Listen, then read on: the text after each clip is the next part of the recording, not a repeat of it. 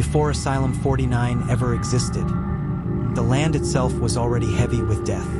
In 1873, under the burning Utah sun, miners passed through Tooele County chasing gold, leaving behind exhaustion, sickness, and unmarked graves.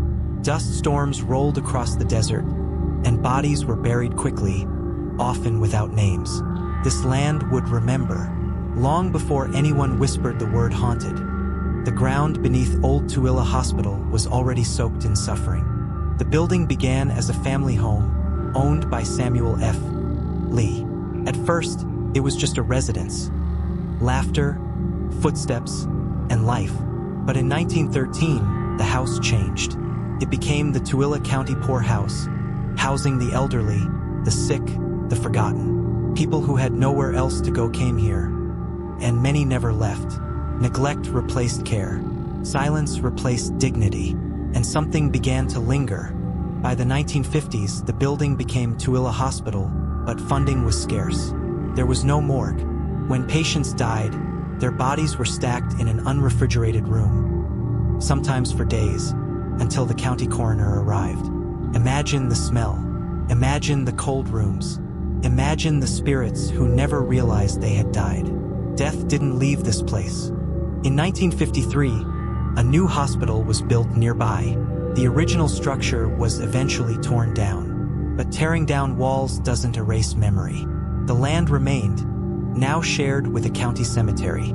Elderly residents lived their final days beside rows of graves, and the hauntings became worse. In 2006, Kim Anderson, a skeptic, transformed part of the building into a haunted attraction. At first, he didn't believe the stories. Then doors began opening on their own. Footsteps echoed in empty corridors. Whispers followed him down hallways. The skeptic became a believer. One spirit appears more than any other. Wes, an elderly patient who suffered from Alzheimer's. Confused in life, terrified in death. Witnesses report a frail man pacing hallways, knocking on doors, calling out for help. A medium once tried to guide Wes to the other side, but stopped. Something dark was attached to him, something that wouldn't let him go. Samuel F. Lee never truly left his home. Visitors report seeing a man watching proudly as guests walk through the building.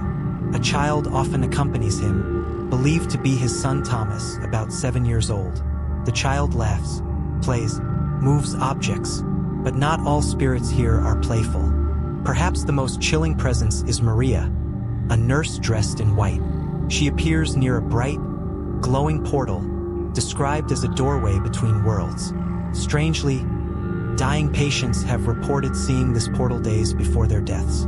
Maria warns them, do not go through. What waits on the other side may not be heaven. One night, nurses saw a man dressed in black enter a patient's room after visiting hours. When they followed him, the door was locked. They forced it open. The man was gone. The patient was dead. Some believe he wasn't human at all, but something that claims souls. Other spirits roam Asylum 49. Richard, James, Ned, Peter, Jessica, a child whose laughter echoes in empty halls. Visitors report cold hands, whispers, shadow figures, and the feeling of being watched. Not part of the attraction, something very real. Films like The Stand were shot here.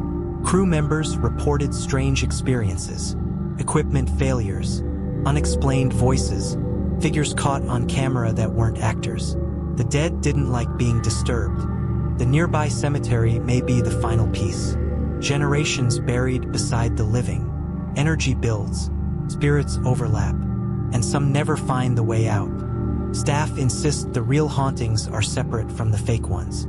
The ghosts don't follow schedules. They don't perform. They appear when they choose. Hospitals, poor houses, cemeteries. Same land, same suffering, different walls. Asylum 49 remains one of America's most haunted locations. Some visit for thrills. Others leave shaken. Because once the lights turn off, the spirits are still awake.